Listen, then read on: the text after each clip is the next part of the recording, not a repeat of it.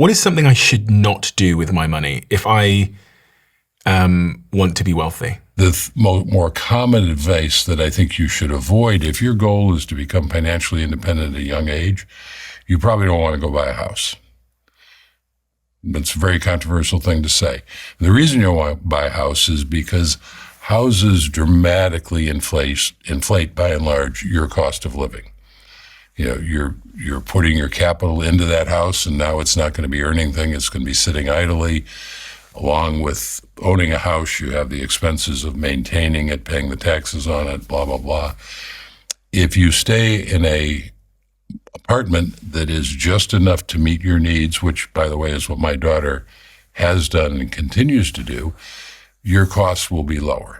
Explain that to me. Explain why my cost of living goes up if I buy a house. Sure. So it doesn't have to, but people typically buy the most house they can possibly afford. The industry drives them that way. If you go to a real estate agent and you say, I want to buy a house, right? First question they're going to ask you is, how much do you make? How much do you want to spend? And then you go to the bank and you say, okay, I want to buy a house. How much will you lend me? And they'll say, well, how much do you make? And then they'll come back with a large number of how much they're willing to lend you. If you follow those guidelines, you're going to wind up with a house that's going to be a burden.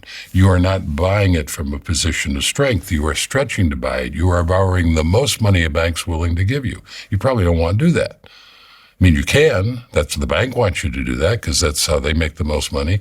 But that's not the best thing for you to do. When you buy that house, I don't know that I've ever known anybody, including me, by the way, and I've owned houses most of my adult life, who's owned a house without doing renovations on it. So you've got those costs. You're going to furnish that house because you're probably buying more square footage than you were renting before. You're going to need new furniture, or maybe you just want better furniture for your new house. Maybe new appliances, landscaping, taxes, maintenance.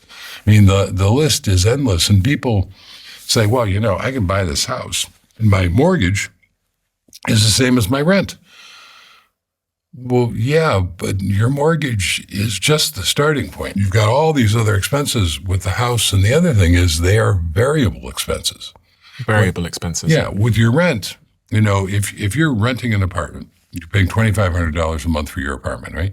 You know exactly what your housing costs are for the term of your lease, $2,500 a month.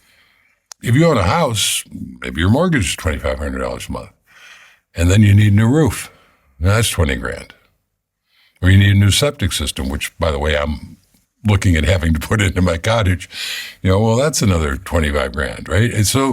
And you don't necessarily know when those things are going to come at you.